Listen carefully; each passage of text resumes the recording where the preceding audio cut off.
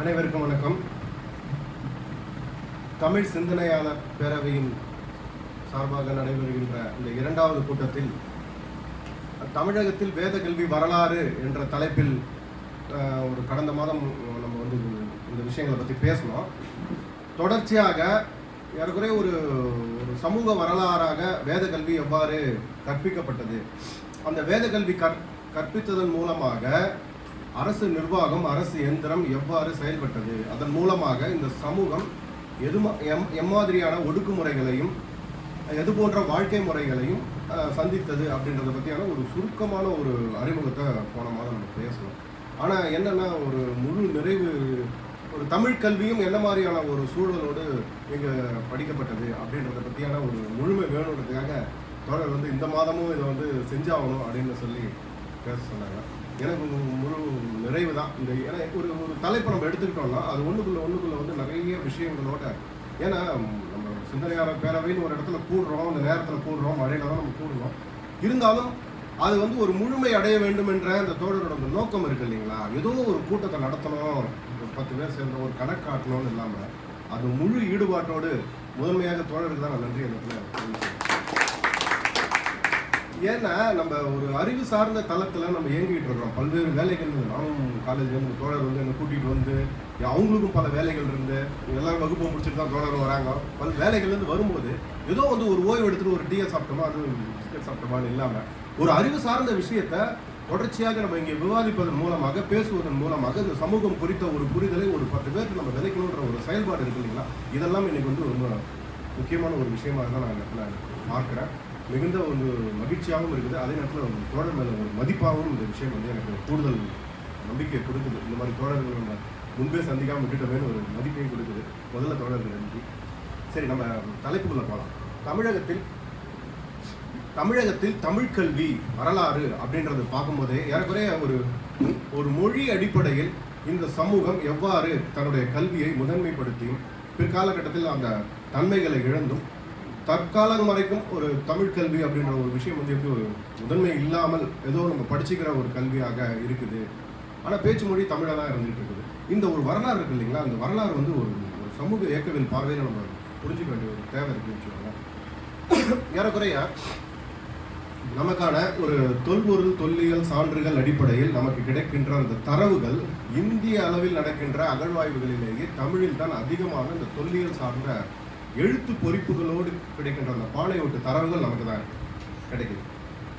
குறிப்பாக இரும்பு காலம் தமிழகத்தில் 4200 ஆண்டுகளுக்கு முன்பே தொடங்கி உள்ளது என்பதை வந்து மயிலாடும்பாறை அகழ்வாய்வு நமக்கு நிரூபிச்சிருக்கு. அப்போ இரும்பு காலம் நமக்கு இந்தியாவில் 4200 ஆண்டுகளுக்கு முன்பு இருந்ததற்கான சான்று தமிழகத்தில் இருக்கிறது. தமிழகத்தின் இரும்பு பயன்பாடு என்பதும் இரும்பின் மூலமாக இந்த சமூகம் அடுத்த கட்ட நிலைக்கு அடைந்த வளர்ச்சி என்பதும் ரொம்ப முக்கியம்.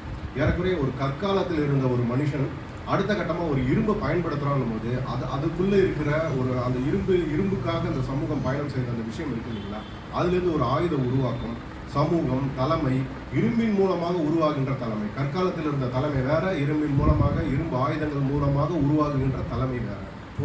போருக்கான மரபுகள், போர் ஒழுக்கங்கள், இந்த ஆயுதங்கள் செய்வதற்கான இந்த இந்த மூலப்பொருட்களை தேடி அலைவது, அப்போ அந்த பகுதிகளை கைப்பற்றுவது, அப்புறம் உபரிகளை கைப்பற்றுவது, இப்படி சிறு சிறு குழுக்களாக ஆயுதங்களை செய்வதோடு சேர்ந்த ஒரு சமூகமாக இந்த சமூகத்துக்குள்ள இரும்பு பயன்பாடு நமக்கு கிடைச்சிருச்சு.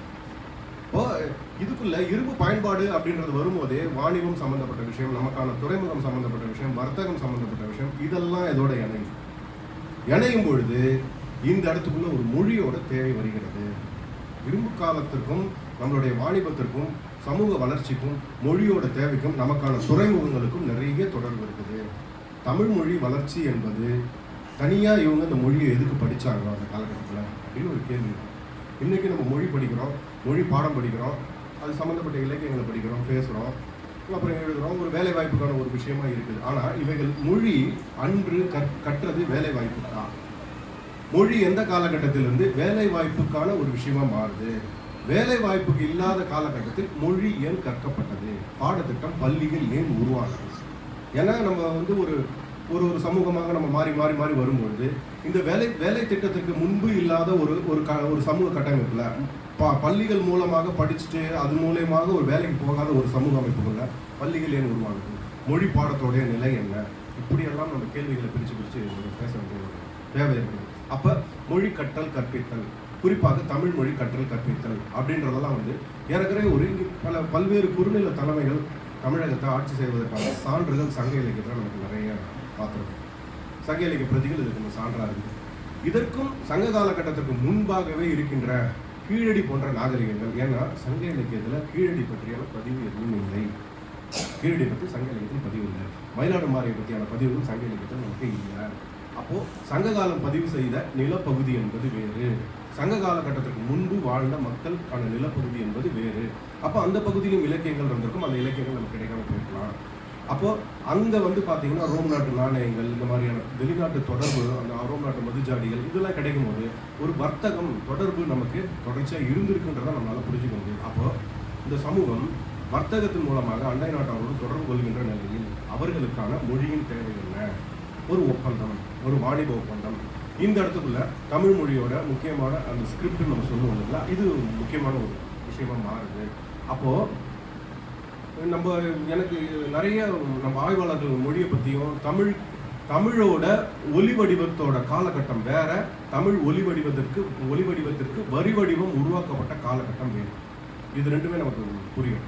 அப்போ ஒலி வடிவம், தமிழுக்கான ஒலி வடிவம் ஏறக்குறைய ஒரு 10,000 ஆண்டுகளுக்கு முன்பு திராவிட மொழி குடும்ப ஒலிகள் அப்படின்னு நமக்கு சொல்கிறாங்க. 10,000 ஆண்டுகளுக்கு முன்பு, ஒரு 8,000 ஆண்டுகளுக்கு முன்பு இருந்த திராவிட மொழி குடும்ப அந்த ஒலி வடிவம் பிற்காலகட்டத்தில் அதுக்கான வரி வடிவத்தை எப்போது பெற்றது? தமிழ் மொழிக்கான வரி வடிவம் எப்பொழுது உருவாக்கப்பட்டது? அந்த வரி வடிவத்தை எல்லோரும் எப்போது ஏற்றுக்கொண்டார்கள்? ஒரு குழு நம்ம இந்த மாதிரி உட்காந்துடலாம், காண்ற ஒரு எழுத்துக்கான இந்த ஒரு எழுத்தை நம்ம போட்டு அந்த ஓசையை அதோடு சேர்த்து பதிய வைத்து ஒட்டுமொத்த சமூக மயமாதல்னு ஒரு விஷயம் இருக்கு இல்லைங்களா, இதுதான் மொழிக்கான அன்றைக்கான முக்கியமான முதல் வேலை. இது எப்படி நடந்தது? அப்போ தனிப்பட்ட ஒரு குழுவாக ஒரு 10 பேர் உட்காந்து அந்த ஒலியையும் அந்த குறியீடையும் எப்படி இணைச்சிருப்பாங்களா? அப்போ நம்மளுடைய உயிரெழுத்துக்கள் மெய்யெழுத்துக்களை எப்படி அந்த ஒலியோடு சேர்ந்து இணைத்தார்கள்? இந்த வரலாற்றிலிருந்து தான் தமிழ் மொழியோட வரலாற்றை நாம் தொடங்க வேண்டும். இப்போ இது ஏன் நம்ம இங்கேருந்து ஆரம்பிக்க வேண்டிய ஒரு தேவை இருக்குன்னா, நமக்கு கிடைத்த கல்வெட்டுகளில் அசோகன் பிராமியில் தான் வரலாற்றை நம்ம பேசிக்கிட்டு இருந்தோம். வட பிராமி தென் பிராமின்னு தான் நமக்கு சொல்லிட்டு இருந்தோம். ஆனால் நம்ம கிடைக்கிற ஆதாரங்கள் என்னன்னா, தமிழகத்தில் அதற்கு வடபிராமிக்கு முந்தியே அது போன்ற எழுத்துக்கள் இங்கே வந்துடுச்சு. இது எப்படி வந்துச்சு அப்படின்னு ஒரு ஆராய்ச்சி நம்ம பார்க்கும்போது ஆய்வாளர்கள் 2-3 பேர் டக்குனு நினைவு ஏறக்குறைய ஒரு ஃபீனிஷிய மொழியோட அந்த எழுத்து வரி வடிவங்களோட அந்த பழைய தமிழ் எழுத்து வடிவங்கள் ஒத்து இருக்குது. இன்னைக்கு எப்படி ஆங்கில வரி வடிவத்தை நம்ம தமிழுக்கு பயன்படுத்துகிறோமோ, அன்று ஃபீனிஷிய மொழியோட வரி வடிவத்தோட தமிழ் மொழியோட அந்த பழைய பிராமி எழுத்துக்கள் ஒத்து இருக்கிறதுன்றது அந்த அரிச்சுவடியை சொல்கிறாங்க. சரி, இதெல்லாம் எப்படி? அப்போ இது என்னன்னா, ஒரு வாணிபம் சம்மந்தப்பட்ட, ஒரு வர்த்தகம் சம்மந்தப்பட்ட விஷயத்துக்குள்ள இருந்து வணிகர்கள் மூலமாக நமக்கு கிடைக்கின்ற ஒரு வரி வடிவமாக நம்ம புரிஞ்சுக்கலாம். அப்படி இருந்திருக்கலாம். ஆனால் இதெல்லாம் வந்து நமக்கு இன்னும் நிறைய தரவுகள், தொல்லியல் சார்ந்த தரவுகள் நம்ம ஆழமாக கிடைக்கும்போது இவைகள் நிரூபிக்கப்படும். இது ஒரு பக்கம் இருந்தாலும் நமக்கு கிடைக்கின்ற பானையோடுகளில் கிடைக்கின்ற அந்த தரவுகளின் அடிப்படையில் பார்க்கும்போது பழைய தமிழ் எழுத்துக்கள் அதிகமாக கிடைக்கின்றன. இதிலிருந்து 3200 ஆண்டுகள், 4000 ஆண்டுகள் அப்படின்னு தமிழோட வரி வடிவத்தோட வரலாறுகள் முன்னோக்கி போய்கொண்டே இருக்கிறது. அப்போ இந்த மொழியோட வரி வடிவ வரலாற்றை எந்த நிறுவனம், எந்த பள்ளி கற்பித்து சாமானிய மக்களுக்கு பரப்புரை செய்தது? அப்படியெல்லாம் ஒரு கேள்வி இருக்குது. ஆனால் அதுக்கான தகவல்கள்லாம் நமக்கு தெரியல. இது நமக்கு புரியல.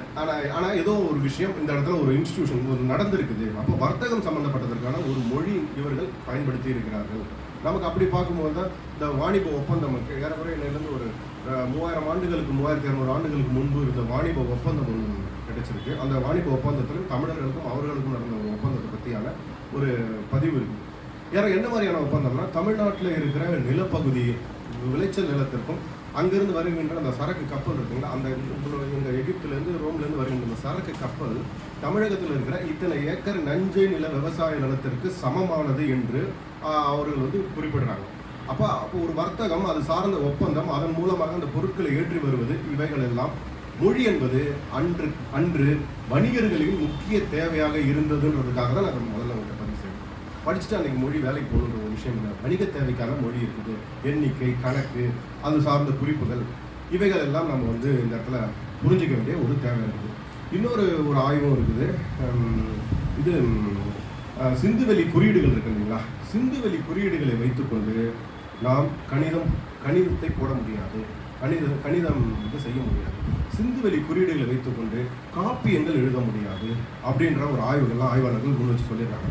அது வந்து ஒரு ஒரு குறியீடு, ஒரு சிம்பிள், அது பெயராக இருக்கலாம், சின்னதாக இருக்கலாம், மொத்த காப்பியங்களாக சிந்துவெளி எழுத்துக்களை வச்சு நம்ம எழுத முடியும். ஆதி இந்தியர்கள் நம்ம படித்தாங்க, நமக்கு நிறைய விஷயங்கள் தெரியும். அப்போ அந்த மொழியோட வளம் தேவை, அதோடு தான் அவைகள் இருக்கின்றன. ஒரு சில கூட்டல் கழித்தல், எப்படி ஒரு சமஸ்கிருதம் எப்படி ஒரு குறிப்பிட்ட ஒரு தேவ பாஷையாக கோயில் சார்ந்த மந்திரங்களாக நிறுத்திட்டு இருக்காங்க, பாமர மக்களோட மொழியாக அது பயணிக்கல இல்லைங்களா? அதுபோல் சிந்துவெளி குறியீடுகள் ஒரு கிரேக்க மொழி போல ஒரு வளமான ஒரு காப்பியங்களை எழுதுவதற்கான ஒரு தன்மை இல்லை. ஆனால் அதில் திராவிட ஒலியியல் கூறுகள் அதில் இருக்குதுன்றது தான் ஆய்வாளர்களோட ஒரு முடிவு. ஆனால் இதை கடந்து தென்னகத்தில் இருக்கின்ற தமிழ் மொழி அடுத்த கட்ட ஒரு வளர்ச்சி நிலைக்கு போயிருக்குன்றது தான் நமக்கான ஒரு வரலாறாக இருக்கிறது. இதெல்லாம் வந்து நம்ம தொல்லியல் சார்ந்த அடிப்படையில் தமிழ் மொழி தொடக்க நிலையில் ஒரு வாணிப ஒப்பந்தம் சம்பந்தப்பட்ட ஒரு இதுக்குள்ள கற்பிக்கப்பட்டது, கற்றுக்கிட்டாங்க. ஒட்டுமொத்தமாக சமூகம் பேசிகிட்டு இருக்கோம், எல்லாம் பண்ணிட்டு இருக்கலாம், கதைகளாக இருக்கலாம், வாய்மொழி கதைகளாக இருக்கலாம், வாய்மொழி வழக்காறுகளாக இருக்கலாம். அவைகளே ஸ்கிரிப்ட் பண்ண எழுத்து பண்ண தெரியாது, வரி வடிவத்தில் கொண்டு வருவதற்கான தெரிவதற்கான வாய்ப்பு இல்லை. அப்போ குறிப்பிட்ட ஒரு குழு, அந்த குழுக்குள்ளே இருக்கிற அந்த ஸ்கிரிப்ட் எப்படி ஒரு சமூகமயமாக்கப்பட்டது? ஏறக்குறைய ஆய்வாளருடைய கருத்துக்கள் படி, குறிப்பாக கேட்க பிள்ளையோ மற்றும் இருக்கிற ராசமாணிகர் இவங்களுடைய ஆய்வுகளுடைய கருத்துக்கள் படி பார்க்கும்போது, ஒரு சமணம் தமிழகத்திற்குள் வரும்பொழுது அதன் மூலமாக அவங்க ஒரு சங்க காலகட்டத்தில் அவர்கள் உருவாக்குகின்ற கல்வி நிறுவனங்கள், சமண பள்ளிகள் மூலமாக இவைகள் கற்பிக்கப்பட்டிருக்கலாம். ஏன்னா உங்களுக்கு இலக்கண நூல்கள்லேருந்து இலக்கியத்திலேருந்து நிறைய விஷயங்கள் அவங்க செய்கிறாங்க. அப்போ ஒரு வணிகர்கள் தேர்ந்து வருகின்ற அந்த மொழியானது சங்க காலகட்டத்தில் உங்களுக்கு பாணர் மரபுன்ற ஒரு விஷயத்தை பார்க்கலாம். சங்க இலக்கியங்கள் பெரும்பாலும் வந்து ஒரு பானாற்றுப்படை, சிறுபானாற்றுப்படை, பெரும்பானாற்றுப்படை, இதெல்லாம் நம்ம பொருணர் ஆற்றுப்படை, இதெல்லாம் நம்ம படிச்சிருக்கோம். இப்போ இந்த பாணர் மரபுக்குள்ள எப்படி இந்த மொழி போச்சு? அப்போ ஒரு வணிகர்கள் தேர்ந்து இந்த மொழி அடுத்த கட்ட நிலைக்கு எங்க பயணம் செய்கிறது? தமிழ் மொழியானது ஒரு அடுத்த கட்டமாக ஒரு சமூகமயமாக்கப்படுகிறது. சமூகமயமாக்கப்பட்டு அவைகள் பாடல், இப்போ அந்த பாடுகின்ற அந்த பாடல்கள் எழுதினார்களா, அவர்களே கற்று எழுதியதா, இல்லை அவர்கள் அந்த பாடலை உருவாக்க தெரிந்து அவர்கள் எழுதி கொடுக்கப்பட்டதா? இதுக்கெல்லாம் சான்றுகள் நமக்கு தெரியல. அப்போ அப்படி இருக்கும் பொழுது நமக்கு இது நூல்களாக எப்பொழுது உருவாக்கப்பட்டிருக்கும்? இதெல்லாம் ஒரு ஆய்வுக்குரிய ஒரு விஷயமா இருக்குது. ஆனால் பாணர்கள் மொழி அறிவோடு பயணம் செய்திருப்பார்கள் அப்படின்றதான் நமக்கான ஒரு புரிதலோடு நம்ம எடுத்துக்கலாம். அப்போ இவைகள் எல்லாம் இப்போ மதுரை காஞ்சியை நம்ம எடுத்து இலக்கியத்தை எடுத்து படிச்சீங்கன்னா அந்த இடத்துல சமணர் பள்ளி இருந்ததை பற்றியும் பிராமணர்கள் கல்வி கட்டுறதை பற்றியுமான அந்த பள்ளிகள் இருந்ததுக்கான சான்றுகள்லாம் மதுரை காஞ்சியில் நமக்கு ஆதாரங்கள்லாம் நமக்கு கிடைக்கும். அப்போ ஏறக்குறைய ஒரு சங்க காலகட்டத்தில் கல்விக்கு அதிக முக்கியத்துவம் கொடுத்தார்கள். அதாவது வந்து கீழ்ப்பாலில் இருக்கிறவங்க வந்து கல்வி கற்றால் அந்த பாட்டு நம்ம எல்லாரும் விளக்கம் சொல்லவே தேவையில்லை, எல்லாருக்கும் தெரியும். அப்போ ஏதாவது ஒரு பொருளை கொடுத்தாது கல்வி கற்க வேண்டும் அப்படின்றது தான். ஒரு கல்வி கற்பதன் மூலமாக அவன் மேல்நிலை அடைகின்றான். அப்புறம் வந்து சான்றோனாக்குதல் யாருக்கான கடமை என்பதெல்லாம் சங்க இலக்கியங்கள் பதிவு செய்கின்றன. இப்படி ஒரு சமூகம் கல்விக்கு முக்கியத்துவம் கொடுக்கின்ற சமூகமாக ஏறக்குறைய ஒரு சங்க காலகட்டத்தில் மாற்றப்பட்டு கல்வி பொதுமையாக்கப்படுகிறது. இரு பால் வேற்றுமை இல்லாத கல்வி, பாரபட்சம் இல்லாத கல்வி, ஒரு நீ படிக்கலாம் நான் படிக்கக்கூடாதுன்னு ஒரு வர்ணாசிரம விதிகளுக்கு உட்படாத ஒரு கல்வி முறையாக நமக்கான ஒரு கல்வி முறை இருந்துச்சு. அதில் பாணர்கள்லேருந்து புலவர்கள்லேருந்து எல்லாரும், கபிலர் என்ற புலவர் தன்னை அந்தனர் என்றே தன்னை அடையாளப்படுத்திக் கொள்கின்ற விஷயத்தெல்லாம் நம்ம சங்க இலக்கியத்தில் பார்க்கலாம். அப்போது எல்லாருமே கல்வி கற்கிறார்கள். குறிப்பாக சங்க காலகட்டத்தில் தமிழகத்திற்கு வருகின்ற ஆரியர்களும் தமிழ் கற்றலையும் தமிழ் மயம் ஆகுவதும் எப்படி வந்து ஒரு பெஸ்கியோ ஜி போப்பு இவங்கெல்லாம் எப்படி வந்து தமிழ் படிச்சுட்டு அது தமிழுக்கான ஒரு சேவை செய்கிற மாதிரி ஒரு விஷயம் வருதோ, அதுபோலவே வடபகுதியிலிருந்து இடம்பெயர்ந்த அந்த பார்ப்பனர்களும் தமிழ் கல்வியை படிக்க ஆரம்பிக்கிறாங்க. அப்போ பாணர்கள் போலவே அந்த பாடல்களையும் புனைய ஆரம்பிக்கிறார்கள். நமக்கு இது சங்க இலக்கியம் பற்றிய ஆய்வுகள்லாம் நிறைய ஆய்வுகள் விரிவாக போகும்.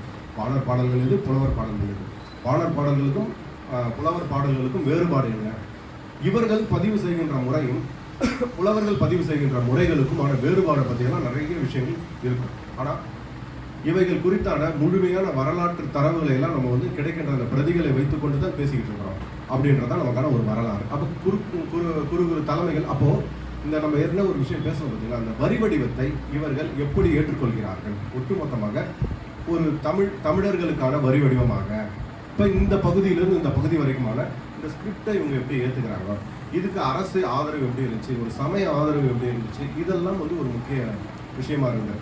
அப்போது எல்லோருமே இந்த ஸ்கிரிப்டை ஏற்றுக்கிட்டாங்களா, தமிழ் வரி வடிவத்தை ஏற்றுக்கிட்டாங்களா, இப்படி தான் எழுதணும், காரணம் இப்படி தான் எழுதணுன்ற அந்த விஷயத்தை ஏற்றுக்கிட்டாங்களா, ஆணை அப்படி தான் போகணுன்ற விஷயத்தை ஏற்றுக்கிட்டாங்கன்னா இதெல்லாம் ஒரு கட்டம் வரைக்கும் நடந்துகிட்டே இருக்குதுங்க.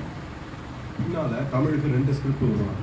ஒரு பக்கம் வட்டெழுத்துன்ற ஒரு ஸ்கிரிப்ட் வந்து பழைய நம்ம அந்த இது சொன்ன பார்த்தீங்களா, அது அப்படியே சங்க இலக்கியத்தில் அந்த ஸ்கிரிப்ட் போயிட்டே இருக்கோம். வணிகர்கள் புதிதாக வட்டெழுத்துன்ற ஒரு ஸ்கிரிப்டை உருவாக்குறாங்க. அதுதான் உங்களுக்கு தெலுங்கு கன்னடத்துக்கான ஸ்கிரிப்டாக மாறும். பின்னால் மலையாளத்துக்கான ஒரு இதுவாக மாறுற ஒரு விஷயமா அது பார்க்கலாம். அப்போ வரி வடிவத்துக்குள் ஏறக்குறைய ஒரு 7-8ஆம் நூற்றாண்டு வரைக்கும் இந்த வட்டெழுத்தோட ஆதிக்கம் வந்து அதிகமாக இருந்துச்சு. அப்போ குறிப்பாக பாண்டிய நாட்டுக்குள்ள வட்டெழுத்தோட தாக்கம் அதிகமாக இருக்குது அப்படின்றத நம்மளோட வரலாற்றில் நம்ம பார்த்துக்கலாம். அப்போ பாண்டிய நாட்டுக்குள்ள வட்டெழுத்தோட தாக்கம் ஒரு வாணிபம் சம்பந்தப்பட்ட விஷயத்துல ஏன் இப்படி மாறுது அப்படின்றதெல்லாம் நமக்கான ஒரு கேள்வியாகவே நமக்கு இருக்குது. ஒரு சங்க காலகட்டத்துக்கு அடுத்து நமக்கு தொடர்ச்சியாக உருவாகின்ற ஒரு நீதி நூல்கள் கலப்பிரருடைய காலகட்டம்லாம் நம்ம பேசிட்டு இருக்கோம். ஏறக்குறைய ஒரு சங்ககால சின்ன இந்த குழு தலைமை அரசுகள் வீழ்ந்த பிறகு இந்த இடத்தில் ஒரு பேரரசு உருவாவதற்கான அவங்களுக்கான ஒரு சித்தாந்தம் தன்மைகள் எல்லாம் தேவைப்படுது. அப்படி தேவைப்படும் போது அவர்களுக்குள்ளேயே இருக்கின்ற இந்த மொழி சார்ந்த விஷயங்களை எல்லாம் அவர்கள் முன்னெடுத்து அதை ஒரு அடையாளமாக தங்களை மாற்றிக்கொள்கின்ற மொழி அடையாளமாக மாறுகிறது.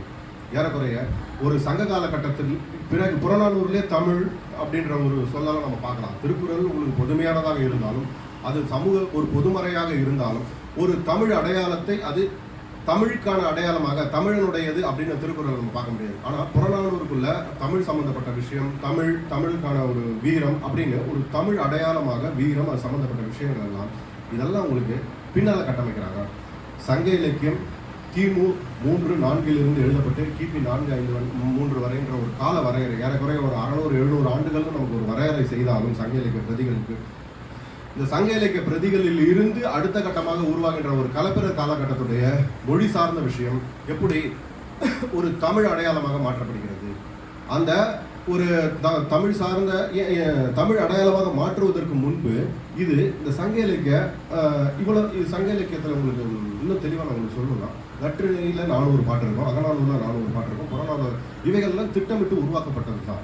ஆனால் எழுதுறவனுக்கு தெரியாது இது நற்றிணை உள்ள போகும், எழுதுறவனுக்கு தெரியாது அகநானூரில் போகும், புறநானூரில் போகும். அவன் எழுதிப்பான் யாயும் யாராகியோரோ எந்தையும் முந்தையும் எம்முறை கேளு இந்த பாட்டு நம்ம எல்லாருக்கும் தெரியும். இவன் அவன் எழுதியிருப்பான். இதை நீங்கள் குறுந்தொகையில் சேர்க்கிறீர்களா அகநானூரில் சேர்க்கிறீர்களா இதெல்லாம் வந்து பின்னால ஒரு இந்த சமூகம் தமிழை எப்படி தன்னை வகைப்படுத்திக்குது, திணை பிரிக்குது, குறிஞ்சி முல்லை மருதம் நெய்தல் பாலை என்று திணை பிரிக்கிறது. இதை எழுதியவன் செய்யவில்லை. இது நம்மள மாதிரி ஒரு குழு உட்காந்து தமிழுக்கு அவ்வளோ முக்கியத்துவம் கொடுத்து தமிழுடைய பழைய இலக்கிய பரப்பை இந்த சமூகத்திற்கான அடையாளமாக முதலில் மாற்றிய வேலை சங்க இலக்கிய பிரதிகள்ல தான் நடந்துச்சு. அது திணை அடிப்படையில் இந்த மக்கள் வந்து பல்வேறு பகுதிகளாக பிரிந்திருந்தாலும் மலைப்பகுதியாக குறிஞ்சி முல்லை மருதமாக இருந்தால் இது தமிழ் அடையாளம். பல்வேறு கடவுள்களாக இருந்தாலும் பல்வேறு தொழில் செய்தாலும் அப்படி எல்லாமே இருந்திருந்தாலும் நீங்க எல்லாமே 5 திணை யாரையா எங்க தமிழுக்குள்ளதான் இந்த 5 திணையும் இந்த தமிழுக்குடையது. அப்புறம் இந்த பொழுதுகள் இந்த பகுதியில் இருக்கிற பெருபொழுது சிறுபொழுது இவை தமிழுக்குடையது. இதுக்குள்ள நாங்க எடுத்துக்கிற ஒரு கான்செப்ட் அகம் புறம் அப்படின்ற ஒரு 2 வேறுபாடை நாங்க பிரிச்சுக்கிறோம். இவையும் தமிழுக்குரியது. இந்த அடையாளம் ஏறக்குறைய சங்க இலக்கிய பிரதியை தமிழ் அடையாளமாக முதலில் பாண்டியர்கள் மாற்றுகிறார்கள். தொகுப்பித்தோனோட வரலாறு நமக்கு தெரியும். அப்போ பாண்டியர்களுக்கு இந்த பகுதியில் வாழ்கின்ற மக்களுக்கு தமிழ் அடையாளத்தை கொடுக்க வேண்டிய தேவை என்ன வந்துச்சு? இது ஒரு எஜுகேஷனாக மாற்றலாம், ஒரு கல்வியாக மாறுகிறது. நற்றிணையை 400 பாட்டாக பிரித்து அது ஒரு அரசர் வரலாறு, சமூக வரலாறு எல்லாமே இருக்கும். ஒரு வரலாற்று எழுதுதல் அப்படின்றத நம்ம ஒரு ஹிஸ்டாரிக்கலாக இருந்து நம்ம வரலாறை பார்க்கும்போது புறநானூறு அகநானூறு எடுத்துக்கிட்டு அன்னைக்கு இருக்கிற அரசர்களோட வரலாறுலாம் எழுதுறாரு. ராசமாணிகள் இருந்து கே பிள்ளையிலேருந்து மயிலேசினி வெங்கடசாமிலேருந்து எழுதுறோம். ஆனால் ஒரு தமிழாக இருந்து பார்த்தீங்கன்னா தோழர்கள் நான் சொல்றது நல்லா புரியும் நினைக்கிறேன்.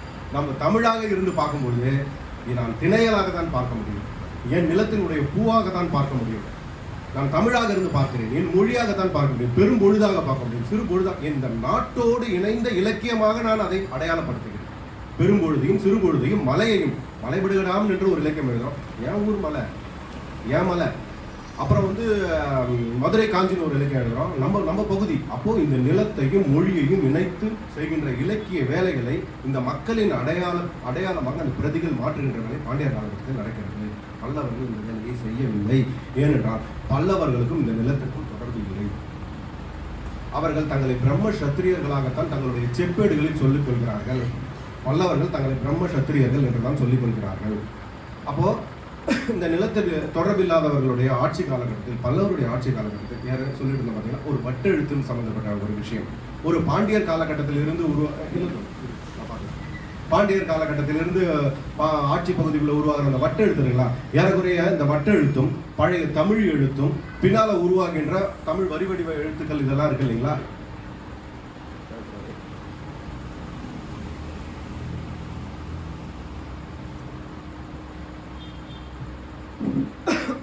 இவைகள் எல்லாம் ஒரு சங்கங்கள் வைத்து ஒழுங்குபடுத்தப்படுகின்றன.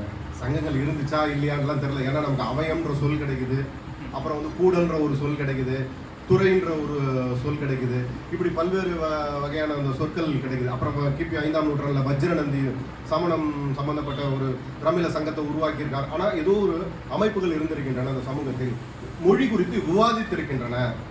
நம்மள மாதிரி ஒரு 10-20 பேர் உட்காந்து விவாதிக்கிறாங்க, மொழியை பற்றி விவாதிக்கிறாங்க, இலக்கியத்தை பற்றி விவாதிக்கிறாங்க. இந்த தொகுப்பு முறைகள், இப்படி திணை சார்ந்து தொகுக்கலாம், அப்புறம் வந்து அந்த திணைக்குள்ள இந்த மாதிரியான வகைப்பாடு சார்ந்து தொகுக்கலாம். ஆனால் நீ என்ன பண்ணினாலும் இந்த தமிழ் அடையாளத்திற்குள் இருந்து தான் அவைகள் நம்ம இந்த வேலைகளை செய்யணும். அரசர்களுக்கு கூட அவங்க முன்னிலை கொடுக்கல, பாண்டிய அரசர்களா, ஆனால் 10 சேர அரசர்களுக்கு முன்னிலை கொடுத்து அவங்க தொகுத்தாலும் இந்த மாதிரியான வேலைகள் இவர்கள் செய்யவில்லை. புறநானூறு எடுத்துக்கிட்டீங்கன்னா சேரனர் இருப்பான், சோழனர் இருப்பான், பாண்டியர் இருப்பான், சிறு அரசர்கள் இருப்பார்கள். அரசர்கள் முன்னிலை, அரசர்களையும் வரிசைப்படுத்தவில்லை. அப்போ வரலாறு இவர்களுக்கு இந்த இடத்தில் மொழியின் அடிப்படையிலான ஒரு செய்கின்ற ஒரு இன்ஸ்டியூட். நமக்கு தமிழ் கற்றல் கற்பித்தல் என்பது சங்க காலகட்டத்துக்கு பின்பு உருவான ஒரு நிறுவன கட்டமைப்பில் மொழி சார்ந்த இந்த மக்களின் அடையாளமாக அந்த பிரதிகளை மாற்றுகின்ற முதல் வேலையை செஞ்சு பல்லவர் காலகட்டத்தில் செய்யுது. இதே நேரத்தில் பல்லவர்கள் ஒரு குறிப்பிட்ட பகுதியில் ஆட்சி செய்கிறான், மதுரைக்கு கீழே இருந்து பாண்டியர்கள் உங்களுக்கு ஆட்சி செஞ்சுக்கிட்டே இருக்கிறான். ஆட்சி செஞ்சுக்கிட்டே இருக்கும்போது இந்த பகுதியில் இவர்கள் இந்த வேலைகள் எல்லாம் செய்து கொண்டிருக்கிறார்கள். ஏற்கனவே ஒரு 5ஆம் நூற்றாண்டுக்கு பிறகு நடக்கின்ற ஒரு வேலையாக, ஒரு சங்க இலக்கிய பிரதிகள் எழுதப்பட்ட காலகட்டம் வேற, அவைகள் தொகுக்கப்பட்ட காலகட்டம் வேற, இந்த சமூகத்திற்கான அடையாளமாக மாற்றி அதன் மூலமாக அரசியல் நடக்கின்ற காலகட்டம் வேற. இப்படி நடந்துகிட்டே இருக்கிற இந்த காலகட்டத்துக்குள்ள தான் நமக்கு இந்த இடத்துல நம்ம என்ன ஒரு புரிதல் நம்ம கொண்டு வர தேவை இருக்குன்னா, இப்படி இருக்கின்ற இந்த தன்மைகள் எல்லாம் எங்கே போச்சு நான் என்கிட்ட உங்கள்கிட்ட என்ன சொன்னேன். இப்போ அந்த மொழிக்கான அந்த வரி வடிவம் வந்துச்சுன்னு சொன்னேன் இல்லைங்களா, வட்டெழுத்தாம் வருதுன்னு சொல்கிறேன் இல்லைங்களா, இவைகள் ஓலைச்சுவடிகளில் அப்படியே எழுதலாம் பார்த்தீங்களா. மூல நூல் ஆசிரியர் அவன் எழுதுனதே அப்படியே வச்சு படித்தாங்களான்னா இல்லை, ஓலைச்சுவடிகள் மாற்றப்படும். திருப்பி இது வந்து படி எடுக்கப்படுகிறது. இது தோழர்கள் எல்லாருக்கும் தெரியும். இப்போ படி எடுக்கும்போது நான் இது கூட யோசித்தேன், எப்படி படி எடுத்துருப்பான். சங்கலுக்கு இப்போ 10 பாட்டு புறநானூறு இருக்குன்னு வச்சுக்கோங்க. புறநானூறு சுவடியை உட்காந்துட்டு அன்னைக்கு இருக்கிற வரி வடிவம் வேற, அதை வட்டெழுத்தாக மாற்றி எழுதியிருப்பானா? ஏன்னா அந்த பழைய இந்த சொல்கிறோம் இல்லைங்க, தமிழ் பிராமின்னு சொல்கிறோம் இல்லையா, அந்த ஸ்கிரிப்டாக இருக்கிற விஷயம் எப்படி மாற்றுறதுக்கான ஒரு நிறுவனம் இந்த இடத்துல இருந்திருக்கு. நம்ம இது சம்மந்தப்பட்ட நான் ஒரு ஆராய்ச்சியில் சில விஷயங்களை தேடிக்கிட்டே போகும்போது பிற்கால கட்டத்தில் நமக்கு என்ன ஒரு தொடர் இந்த சொல்ல கொஞ்சம் கவனிச்சோம். கல்வெட்டில் கிடைக்கிற சொல்லுது கிரந்தம் மாற்றி. கிரந்தம் மாற்றின்ற ஒரு சொல் பாண்டியரோட கல்வெட்டில் கிடைக்குது. கிரந்தம் மாற்றுதல் அப்படின்னா என்னன்னா, எழுத்தை மாற்றுவது. வரி வடிவம் இந்த காலகட்டத்துக்கு ஏற்ற மாதிரி மாறி போச்சு. நமக்கு பழைய பிராமியில் இருக்கிற திருவள்ளுவர் எழுதுன நம்ம கூட சொல்லுவோம், திருவள்ளுவர் வந்து இன்னைக்கு இருக்கிற திருக்குறள் புக்கை பார்த்தா நான் இப்படி எழுதுறேன்னு சொல்லுவாருன்னு சொல்லிட்டு சொல்லுவோம். ஏன்னா நான் பழைய தமிழ் வடிவம் பிராமி வடிவத்தில் எழுதுறேன், நீங்கள் வரி வடிவம் மாறி இருக்குன்னு சொல்லுவோம். அப்போ இந்த கிரந்தம் மாற்றுதல் வேலையும் நடக்கிறது.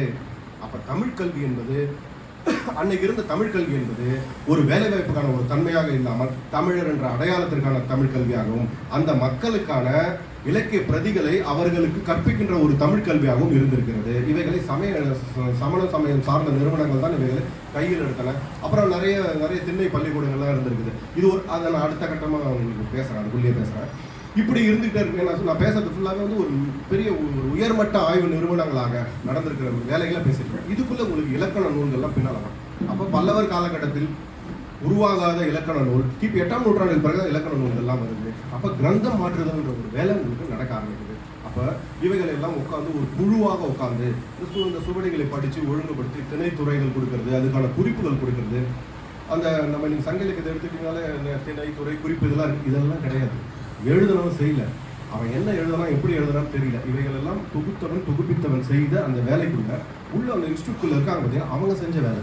இதை பற்றி 2-3 ஆய்வுகள்லாம் நிறைய நடந்தது. இது குழுன்னு சொல்லுவாங்க, குறிப்புகள்னு சொல்லுவாங்க. இந்த சங்க இலக்கிய பிரதிகளுக்கு கொடுக்கப்பட்ட இந்த குறிப்புகள் எந்த அளவுக்கு நம்பகத்தன்மையானது அப்படின்றதுலாம் ஒரு கேள்வி இருக்குது. ஆனால் வேறு வழி இல்லை, அவைகள் அதோடு சேர்ந்து பொருந்தி இருக்கும்போது அதோட நம்பகத்தன்மையை நாம் ஏற்றுக்கொள்ள தான் வேண்டும்.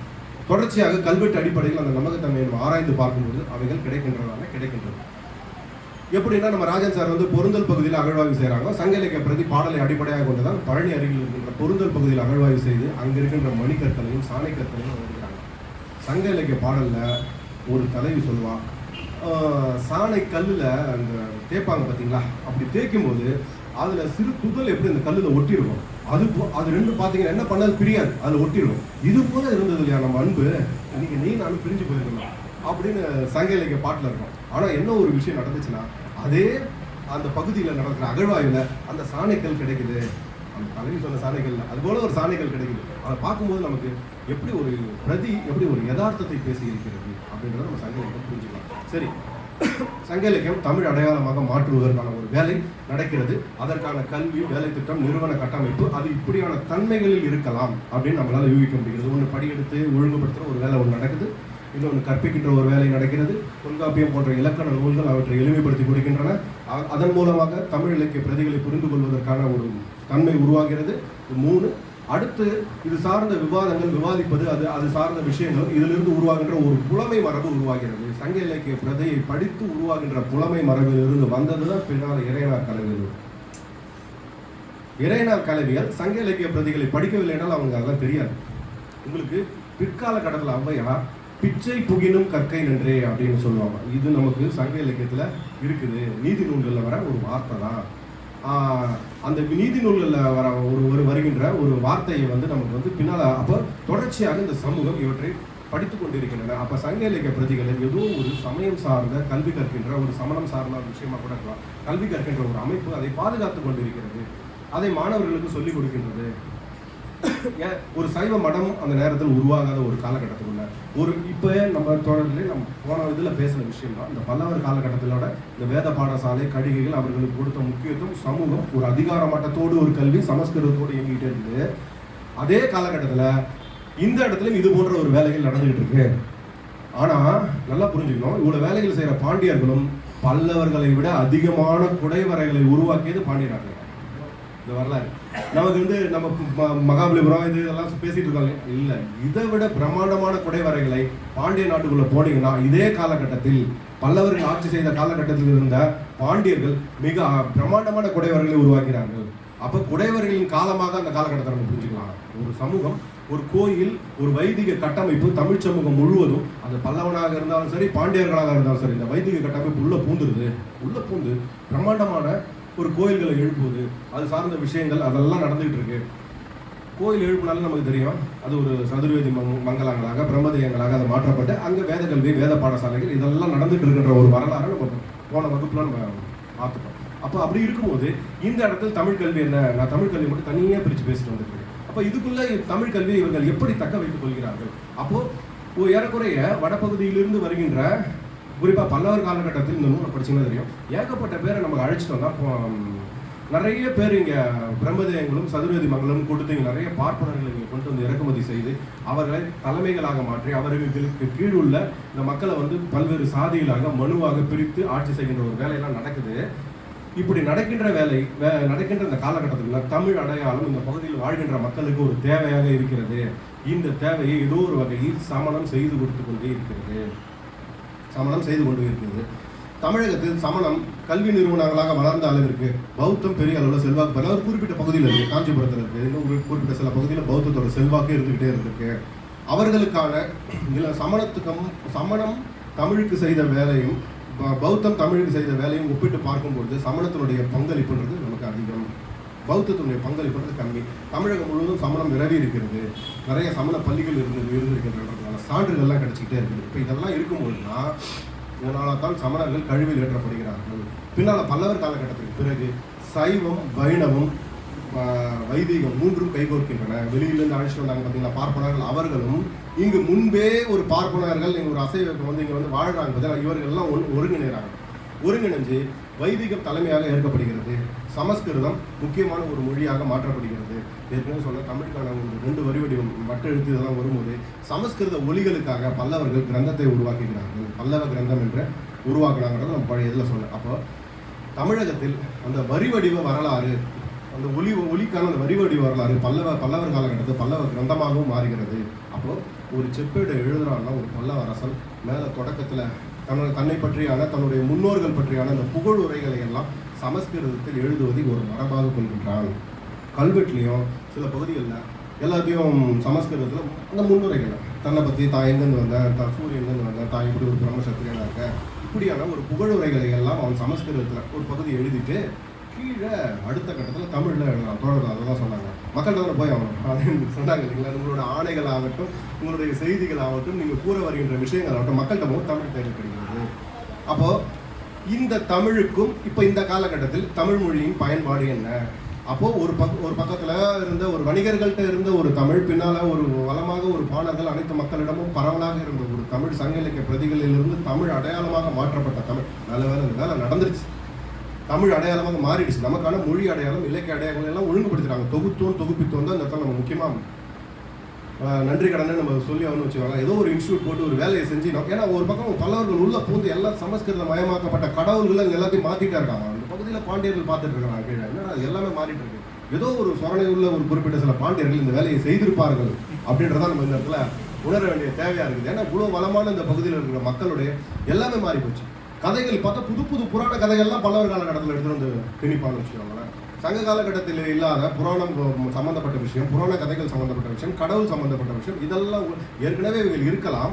இவைகள் வடமொழியிலிருந்து நிறைய காப்பியங்கள் தமிழ் நிறைய மொழிபெயர்க்க ஆரம்பிச்சிடறாங்க.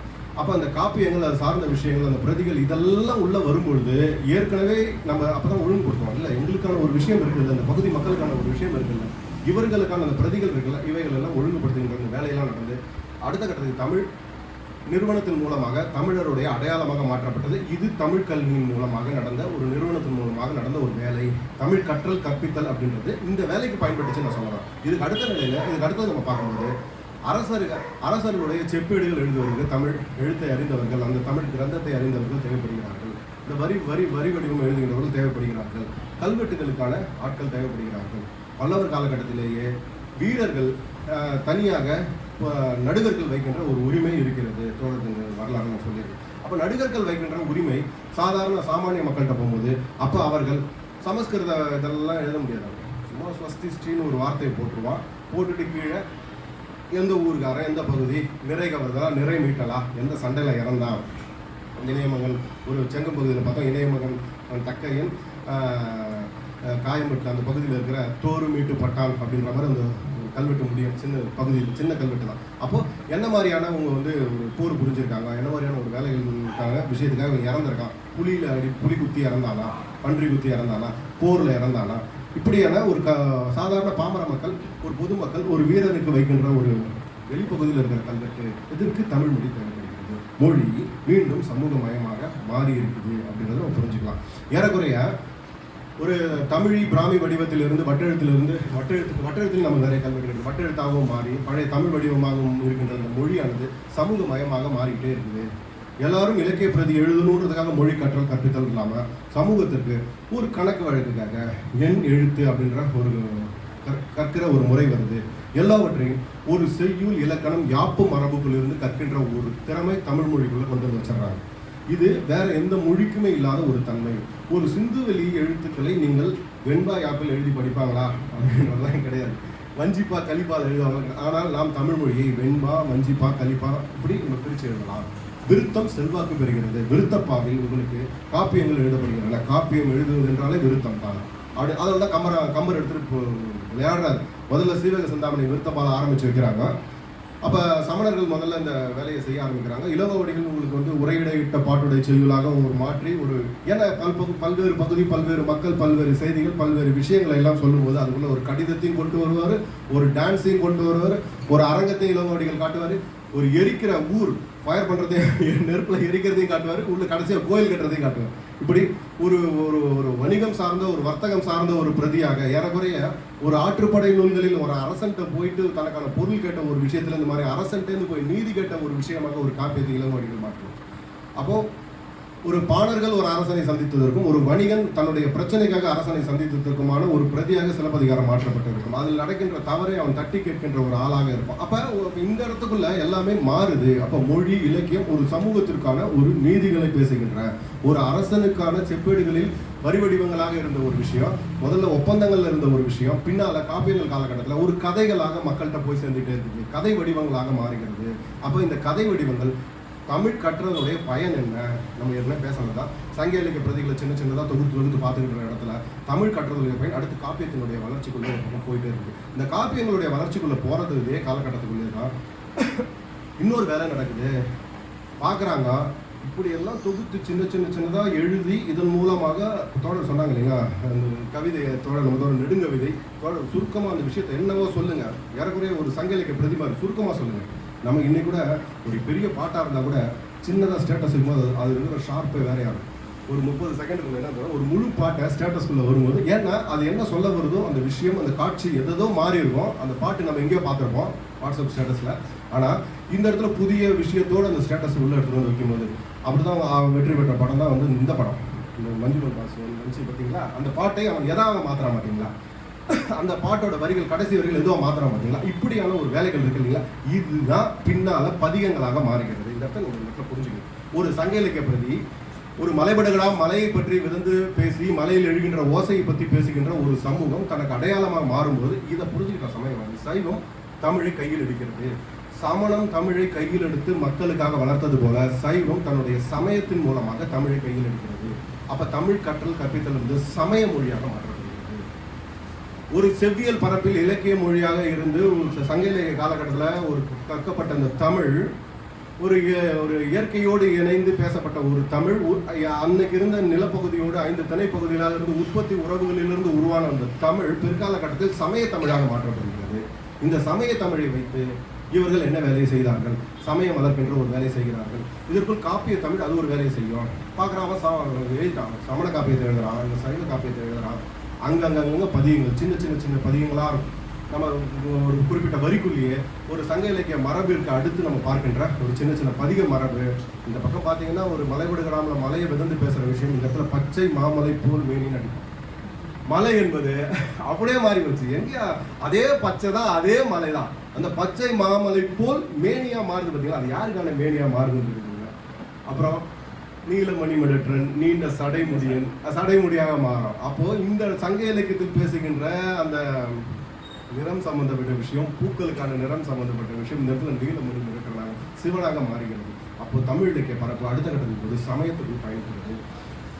தமிழ் கற்றல் என்பது இந்த காலகட்டத்தில் உங்களுக்கு சமய இலக்கியங்களை உருவாக்குவதற்கு, சமய வாதங்களை புரிவதற்கு, சமணர்களோடு வாதம் செய்வதற்கு, இவர்கள் நூலை அவர்கள் கண்டனம் செய்வதற்கு, உங்களுடைய ஏட்டு சரியில்லை இது சரியில்லை தூக்கி போட்டு கொளுத்துறாங்க.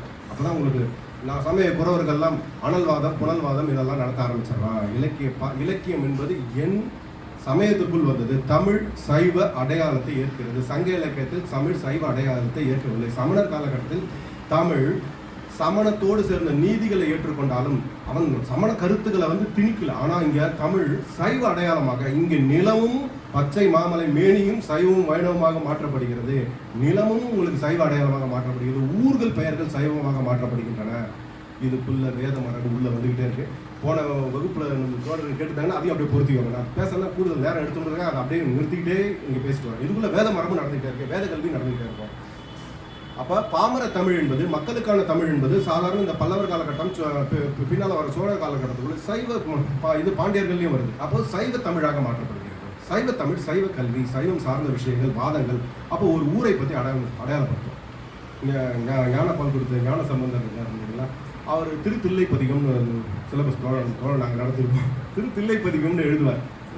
ஆமாம், இந்த திருத்தில்லை சிதம்பரத்தில் திருத்தில்லை பதிகம் அவர் எழுதிய காலகட்டத்தோட அது வந்து சதுர்வேதி மங்கலமாக இல்லை. என்ன பண்ணுங்க, இவர்கள் இந்த ஊர்ல பாத்தீங்கன்னா அங்க இருக்கிற பார்ப்பன பெண்களோட கண்களோட அழகெல்லாம் சிறப்பா எழுதும்.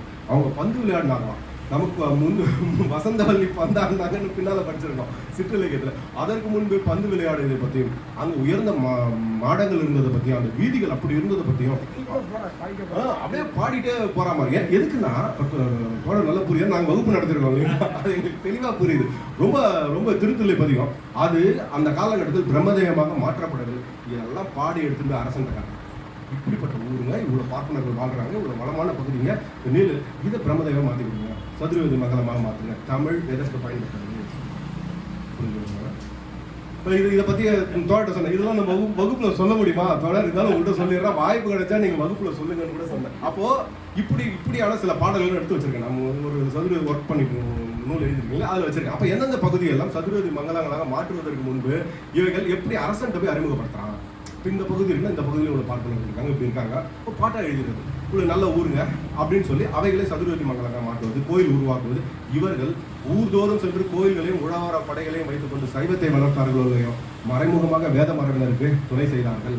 இந்த இடத்தில் சமணம் சார்ந்த ஒரு கல்வி நிறுவனம் இருக்கு இல்லைங்களா, இந்த கல்வி நிறுவனத்துக்கு எதிரான வேலைகளும் செய்கிறார்கள். அவருடைய பிரதிகளை எல்லாம் அனல்வாதம் புனல்வாதத்தில் போட்டு எரிக்கிற ஒரு வேலை நடக்குது.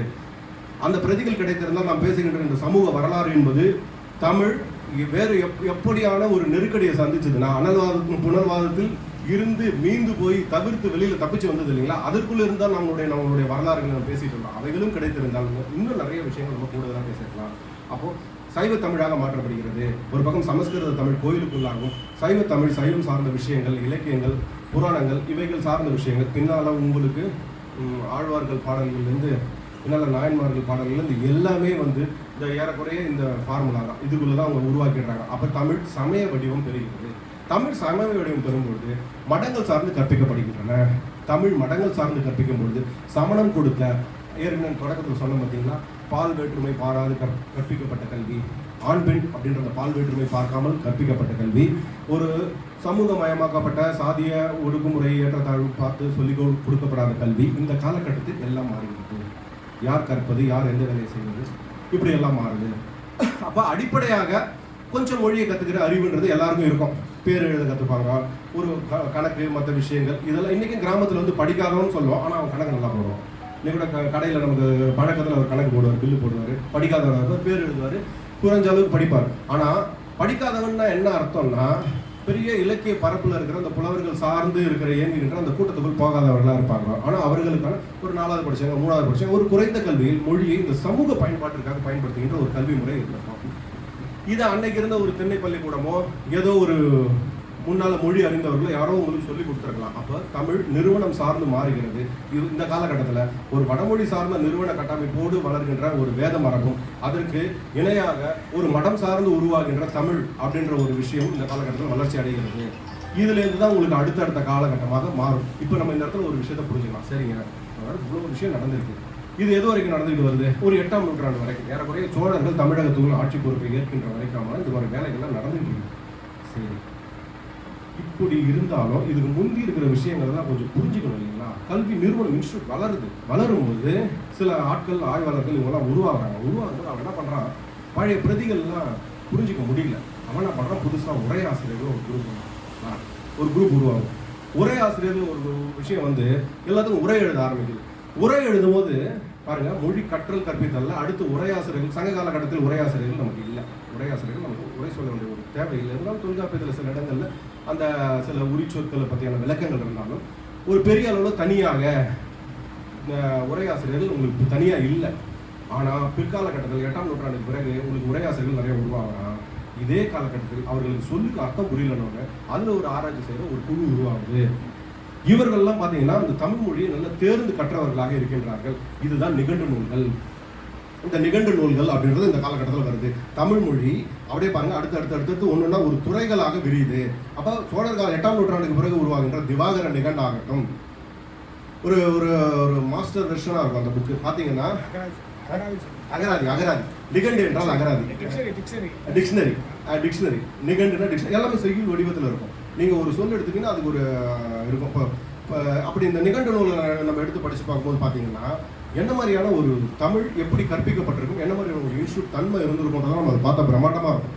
அப்போ அந்த இடத்துல அவனுக்கும் சைவவாதிக்கும் ஏதாவது தொடர்பு இருக்குமா, சைவ மடத்திலிருந்து உருவானவனாக இருந்திருப்பானா அப்படின்ற ஒரு பக்கம் ஒரு ஆராய்ச்சி ஒரு பக்கம் வச்சுக்கிட்டாலும் இருந்தாலும் நம்ம அதுக்குள்ள ரொம்ப ஆழமாக போக தேவையில்லை. ஏன்னா அவர்கள் செய்திருக்கின்ற அந்த வேலை இருக்கு இல்லைங்களா, அவைகள் தமிழ் மொழியோட பலத்தை காட்டுகிறது. தமிழ் இலக்கிய பரப்போட ஏறக்குறைய ஒரு பதியங்கள் மரபு உருவான பிறகு சிவனுக்கு ஒரு 50 பேருக்கு இருக்கும். நம்ம சிவன் தான் நம்ம சங்க இலக்கியத்தில் நம்ம சிவன்ற சொல்லு கூட கிடையாதுன்னு சொல்கிறாங்க, ஒரு திருவன் சொல்லுதான் இருக்குன்னு சொல்கிறாங்க. அது சிவனை குறிக்குதான்ற விவாதம்லாம் இருக்குது. ஆனால் 8ஆம் நூற்றாண்டுக்கு பிறகு நமக்கு 50 சொற்கள் சிவனை பற்றி இருக்கும். விநாயகர் என்ற சொல்லை கொண்டு வந்து வச்சிடறோம். நம்ம அதுக்கு முந்தி பார்க்குற விநாயகர் என்ற சொல்லு இல்லாத ஒரு விஷயம், விநாயகர் மற்ற விஷயம் எல்லாம் வந்துருது. புத்தருக்கும் விநாயகர் என்ற பேர் இருக்குது. அப்போ அந்த நிகண்டுகளை எடுத்து கடவுளுடைய பெயர் தொகுதியை பார்க்கும்பொழுது அவ்வளோ பேர் வருது. மீன்களோட பெயர் தொகுதியை பார்க்கும்போது அவ்வளோ மீன்கள் தொகுதி வருது. அப்போ இந்த சமூகத்தை எப்படி சங்க இலக்கியம் நிலங்களை கூறு போட்டு பிரித்ததோ, இந்த காலகட்டத்தில் நிறைய கலைச்சொற்களை இவர்கள் உருவாக்குகிறார்கள். அது அந்த கலைச்சொற்களை உருவாக்குவது என்பது சைவ தமிழ் மூலமாக வைணவ தமிழின் மூலமாக வளர்ந்த ஒரு விஷயமாக நம்ம இதை புரிஞ்சுக்கலாம். சைவ தமிழும் வைணவ தமிழும் நீண்ட சடைமுடியல் அப்படின்னு ஒரு சொல்லு இருக்குன்னு வச்சுக்கோங்களேன். இது நிகழ்ந்து வந்துடும். நமக்கு நீண்ட சடைமுடியன் யாருன்னு ஒரு கேள்வி இருந்துச்சுன்னா நிகழ்ந்து படிச்சவங்க யாரு? சிவனை குறிக்கிற சொல்லாங்க. அப்போ அந்த அவர்கள் சொல்கின்ற அந்த ஓமையும் மற்ற விஷயங்களும் அவர்களுக்கு கொடுக்கின்ற உருவகங்களும் பெயராக மாற்றி நிகழ்வு நூல்கள் உருவாக்கப்படுகின்றன. அப்போ தமிழ் அடுத்த கட்ட நிலைக்கு இவர்கள் உருவாக்கி கொடுத்த சைவம் வைணவம் உருவாக்கி கொடுத்த அந்த இலக்கிய பிரதிகளுக்கான நிகண்டுகள் என்ற ஒரு வேலைகள் கற்பிக்கின்ற ஒரு வேலையை செய்கிறது. ஒரு சமய தமிழை கற்க வேண்டும் என்றால், சமய நூல்களை கற்க வேண்டும் என்றால், தமிழை கற்க வேண்டும் என்றால் நிகண்டை படிக்க வேண்டும் என்ற ஒரு மரபு உருவாகிறது. சங்க காலகட்டத்தில் இந்த மரபு இல்லை. இப்படி ஒரு மரபை உருவாக்குறாங்க. அப்போ தமிழ் என்பது சமயத்தின் ஊடாக போகும்பொழுது பல்வேறு தன்மைகளையும் புராண தன்மைகளும் அது பெற்று இருக்கிறதுனால ஒரு எல்லாருக்கும் அவைகள் புரிய வேண்டும் என்பதற்காக இந்த வேலைகள்லாம் நடக்கிறது. இந்த நிகண்டு எழுதுவதற்கான புரவலர்கள் காசு கொடுக்கறது மற்ற விஷயம் இதெல்லாம் நமக்கு வெளியில் தெரியாது. ஆனால் இவைகளால் நடந்து கொண்டே இருக்கிறது. பின்னால் உங்களுக்கு தான் சொன்ன அடுத்த சோழர் காலகட்டத்துக்குள்ள அதே பல்லவர்கள் உருவாக்கி கொடுத்த அந்த வேத பாடசாலை வேத பாட கல்வி எல்லாம் நடந்துகிட்டே இருக்குது. தமிழ் கல்வியும் இந்த காலகட்டத்தில் அடுத்த கட்டத்தில் ஒரு வேகமாக வளர்ச்சி அடைகிறது. சோழர் காலகட்டத்துடைய தமிழ் கல்வி அப்படின்றது பார்த்தீங்கன்னா ஒரு ஒரு நிறைய இலக்கியங்கள் மற்ற விஷயம் சிந்திப்பது தமிழ் அறிவு, எழுதுவது சமஸ்கிருதம் அப்படின்றதெல்லாம் நம்ம பார்க்கலாம். இந்த நூல்களில் நிறைய விஷயம் சொல்லியிருக்கேன். உரையாசிரியர்களும் அதை சமஸ்கிருத மயப்படுத்துகின்ற ஒரு வேலையை செய்வாங்க. தொல்காப்பியரே வந்து சமஸ்கிருத முனின்னு சொல்லுவார் ஒரு உரையாசிரியர். தொல்காப்பியரை ஒரு வேத முனி, தொல்காப்பியரை வேத முனின்னு சொல்ற ஒரு பதிவு இருக்குது ஒரு உரையாசிரியர் சொல்றாரு. அப்போ எல்லா தமிழ் பிரதிகளையும் சோழர் காலகட்டத்தில் சமஸ்கிருத மயப்படுத்தி பார்க்கின்ற ஒரு மரபு உருவாகிறது, ஒரு புலமை மரபு உருவாகிறது. தமிழ் என்பது தனித்து இயங்குவது கிடையாது. அகத்தியர்லாம் வந்துடுது, இந்த பேர் இல்லை. அகத்தியருக்கும் தமிழுக்கும் தொடர்பே கிடையாது. நமக்கான ஆய்வு ஃபீனிஷ்லேருந்து வந்துச்சா அந்த வரி வடிவம்லாம் நம்ம யோசிச்சுட்டு இருக்கிறோம். அகத்தியர்லாம் பின்னால் வந்துடுறாரு. உங்களுக்கு அகத்தியர்கிட்டருந்து வந்துச்சு, தமிழும் இதுவும் ஒன்று தான், உடுக்கையிலேருந்து வந்துச்சு. இப்படியெல்லாம் மொழி குறித்த கதைகளை எல்லாம் இவர்கள் கட்டமைத்து விட ஆரம்பித்து விடுகிறார்கள். மொழி சமய அடையாளத்தை ஏற்கும்பொழுது அகத்தியர் வந்து விடுகிறார்.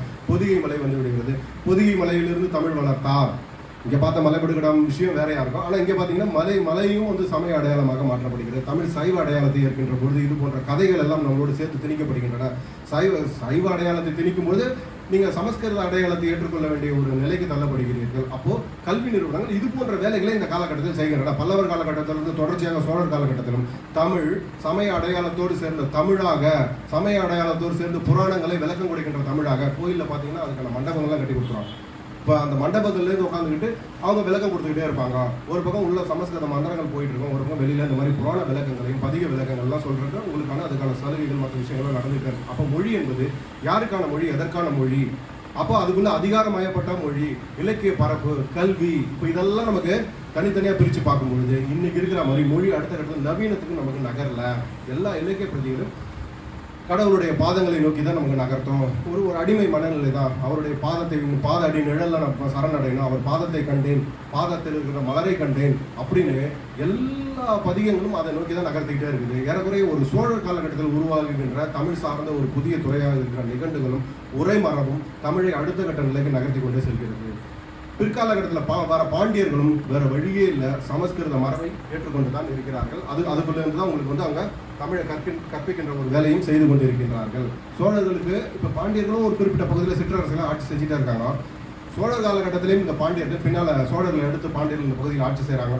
அவர்களும் இந்த சமஸ்கிருத மரபை தான் பார்க்குறாங்க. சமஸ்கிருத மரபுக்கு தான் முக்கியத்துவம் கொடுக்குறாங்க. இதில் என்ன இந்த இடத்துல ஒரு விஷயம் நடக்குன்னா செதறி தனித்தனியாக சிற்றிலக்கியம் எழுதுகின்ற ஒரு வேலை, அரசனை புகழ்ந்து உலா எழுதுகின்ற வேலை, இவைகள் எல்லாம் சமய மரபின் ஊடாக தமிழின் ஊடாக ஏறக்குறைய ஒரு செவ்விலக்கிய பிரதிகளுக்குள் இருந்து சிந்தனை மரபுக்குள் இருந்து இவர்கள் உருவாகவில்லை. நிகண்ட படிக்க ஆரம்பிச்சிட்டாங்க. நிகண்ட படிக்க ஆரம்பிக்கும் போது நீங்கள் எழுதணும் படிக்கணும், நிகண்ட படிக்க ஆரம்பிக்கும் போதே உங்களுக்கான அந்த டேர்ம்ஸ் கலை சொற்கள் அங்கிருந்து வந்துடுது. அந்த நிகண்டுகள் எங்கிறது உருவானதுன்ற வரலாறு நமக்கு தெரியும். நிகண்டுகளை நீங்கள் வாசிக்கும் போது அந்த டேர்ம்ஸ் அங்கேருந்து எடுக்கும்போது நம்ம ஒரு சில தன்மைகளுக்குள்ளிருந்து அவற்றை நம்ம உள்வாங்கி பேசும்பொழுது அவைகளாகத்தான் பேசப்படும். சமய மரபுக்குள்ளிருந்து விவாதிக்கும் போது அது சமய மரபாகத்தான் பேசப்படுகின்ற ஒரு விஷயத்தை நம்ம பார்க்கலாம். தமிழ் ஒரு செவ்வியல் பரப்பிலிருந்து சமய தமிழாக மாறி அந்த தமிழாக மாறி அதிலிருந்து உருவாக்கப்பட்ட நிகண்டுகளுக்குள் இருந்து வாசிக்கின்ற ஒரு மாணவர் கூட்டம், ஒரு கல்வி, தமிழ் கல்வியானது மீண்டும் அவைகளையே வாசிக்கின்ற ஒரு வேலையாக இருக்குது. தமிழ் இந்த இடத்துல அறிவியல் தமிழாகவும் வளரவில்லை, இது ஆன்மீக தமிழாகவும் வளர்ந்து கொண்டே இருக்குது. இதுக்குள்ள தான் காலனிய காலகட்டம். விஜயநகர பேரரசு வரும்போது இதெல்லாம் நடந்துகிட்டு இருக்கோம். ஏறக்குறைய ஒரு ஸ்டீஃபனோட புக்கு தோழர் அறிமுகப்படுத்துகிறார். 1562களுக்கு பிறகு 1562களுக்கு பிறகு தமிழகத்தில் காலனிய ஆட்சி காலகட்டத்திற்கு முன்பு இந்த இடத்தில் நிறைய தமிழ் பள்ளிகள் உருவாக்கப்படுகின்றன. குறிப்பாக போர்ச்சுகீசியர்கள் உருவாக்குகின்ற பள்ளி 1800கள் 1860கள் வரைக்கும் நடக்குது இந்த வேலை. 1560களில் இருந்து 1860 வரைக்குமான இந்த காலகட்டம் இருக்கு இல்லைங்களா, இந்த காலகட்டத்துக்குள்ள தமிழ் கல்வி என்பது ஒரு அடுத்த கட்ட நிலைக்கு நகர்ந்து போச்சு. நிறைய விஷயங்கள் இந்த பீரியட்ல நடக்குது. ஆனா அது என்னவா தமிழா மாறுதுன்னா கிறிஸ்துவ தமிழாக மாறுகிறது. அதுவும் சமய தமிழ் தான். சமூக தமிழாக அது எப்போது மாறுச்சுன்னா அது இப்போதான் மாறுச்சு. தமிழ் சமய தமிழிலிருந்து சமூக தமிழாக இப்பொழுது மாறுகிறது. அப்ப அப்படி ஒரு சமய தமிழாக மாறுகின்ற கிறிஸ்துவர்கள் அங்கேயும் சாதியோடு தான் சேர்ந்து பாடம் நடத்துறாங்க. அவர்களோட நோக்கம் பைபிளை படிப்பது தான், பைபிள் பிரச்சாரம் தான், பைபிள் கதைகள் தான், கிறிஸ்துவம் சார்ந்த விஷயங்களுக்கான தான் உருவாக்கப்பட்ட கல்வி தான். அது முழுக்க அதுதான். தொடக்க காலகட்டத்திலேருந்து நிறைய பாண்டிச்சேரியில் உருவாக்கப்பட்ட கிறிஸ்துவ நிறுவனங்களாம் டேனிஷ், டச்சு, போர்ச்சுகீசியம் இவர்கள் கல்வி கொடுத்தது. பெண்களுக்கும் கல்வி கொடுக்குறான். நமக்கு அதுக்கு காமராஜருக்கு முந்தைய சாப்பாடு போட்டு தங்குற வசதியோடெல்லாம் சேர்ந்து கல்வி கொடுத்துருக்காங்க. புரியுதுங்களா? நம்ம இதெல்லாம் பார்க்க முடியுது. எப்படி வேத பாடசாலைகள் பார்ப்பனர்கள் தங்கி கொண்டு தலைக்கு எண்ணெயெல்லாம் வச்சு முழுக்கு வைக்கிறதுக்கு எண்ணெயெல்லாம் கொடுப்பான், சலுகையெல்லாம் கொடுப்பான், அதுக்கு தானெல்லாம் கொடுத்து எப்படி பண்ணானோ இதே தான் பிரிட்டிஷ் காலகட்டத்திலும் ஐரோப்பியர் அந்த ஆட்சி செய்த இந்த காலகட்டத்திலும் இவர்கள் தமிழ் கல்விக்கு தங்கும் உறைவிடம் கொடுத்து கல்வி கொடுக்குறான். பெண்கள் உறைவிட பள்ளி, ஆண்கள் உறைவிட பள்ளி, தங்கும் வசதியோடு இருக்கிற உறைவிட பள்ளி, இந்த கல்வி எல்லாம் இந்த பீரியட்ல நடக்குது. ஏறக்குறைய 16, 17, 18ஆம் நூற்றாண்டு வரைக்குமான இந்த கல்வி முறைகள் நமக்கு தொடர்ந்துகிட்டே இருக்குது. அப்போ தமிழின் மூலமாக பிரெஞ்சு கற்றுக்கொள்வது, தமிழ் மூலமாக மற்ற போர்ச்சுகீசிய மொழியை கற்றுக்கொள்வது, இதற்கான அகராதிகள் உருவாக்கப்படுகின்றன. எப்படி நிகண்டுகள் சமய தமிழோடு உருவாக்கப்பட்டதோ இந்த காலகட்டத்தில் தமிழ் இப்படியான கல்வியோடு இருக்குது. இன்னொன்று, இதுக்கு நடுவில் வேத கல்வி நடந்துகிட்டே இருக்கு. போன வகுப்புல இருந்தவங்களுக்கு தெரிஞ்சிருக்கோம். எந்த குறையும் இல்லாம வேத பாட சாலைகள், மனு தர்மம், சாஸ்திரம், நீதி நூல்கள், கோயிலுக்கான ஆசான்கள், அவன் ஒரு பக்கம் மேல அப்படியே உட்காந்துட்டு இருக்கான். நம்ம அடுத்த லேயர் பார்த்துட்டு இருக்கோம், கீழே பார்க்கறோம். அப்போ ஆட்சியாளர்கள் இங்க வருபவர்கள் இந்த வேலை, மராட்டிய அரசர்கள் ஏகப்பட்ட பேர் வந்து சத்திரங்களை உருவாக்குறான். மராட்டிய ஆட்சியாளர்கள் பார்த்தீங்கன்னா நம்ம புக்கில் சொல்லியிருக்கோம், 5 திருமணம் செஞ்சுப்பான். தெரிஞ்சு திருமணத்துக்கு முன்பே வைப்பாட்டி வைத்துக் கொள்கின்ற ஒரு மரபு இருக்குது. திருமணத்துக்கு பின்பும் வைப்பாட்டி வைத்துக் கொள்கின்ற மரபு இருக்குது. திருமணத்துக்கு முன்பு வைப்பாட்டி வைத்துக் கொண்ட ஒரு பெண்ணுக்கு அவன் பேர்ல ஒரு சத்திரத்தை உருவாக்குறான். சத்திரத்தை உருவாக்கி அங்க ஒரு கோயிலை கட்டி அதுல ஒரு வேத பாடசாலை இருக்கும். இந்த 5 பேர் இருக்காங்க இல்லையா, இந்த 5 பேருக்கும் குறிப்பிட்ட பகுதியை வந்து சத்திரங்களையும் உங்க பேர்ல மங்கலங்களையும் உருவாக்கி பிராமண குடியிருப்புகளை உருவாக்கி அங்கேயும் வேத பாடம் சொல்லி கொடுத்துட்டு இருக்கோம். இதெல்லாம் நிறைய நடந்துகிட்டே இருக்கு வரலாற்றுல. ஆனா இதே காலகட்டத்தில் தான் உங்களுக்கு இந்த இடத்துல வந்து நமக்கான சில வேலைகள் எல்லாம் இந்த இடத்துல நடந்துகிட்டே இருக்குது. காலனிய காலகட்டத்தோட தமிழ் அப்படின்றது ஒரு சமயம் சார்ந்த, கிறிஸ்துவம் சார்ந்த, பைபிள் சார்ந்த, அவர்களுக்கான அகராதி சார்ந்த தமிழாக கற்பிக்கப்படுகிறது. சைவ தமிழ், வைணவ தமிழ் பின்னால் உங்களுக்கு கிறிஸ்துவ தமிழாக மாறுகிறது.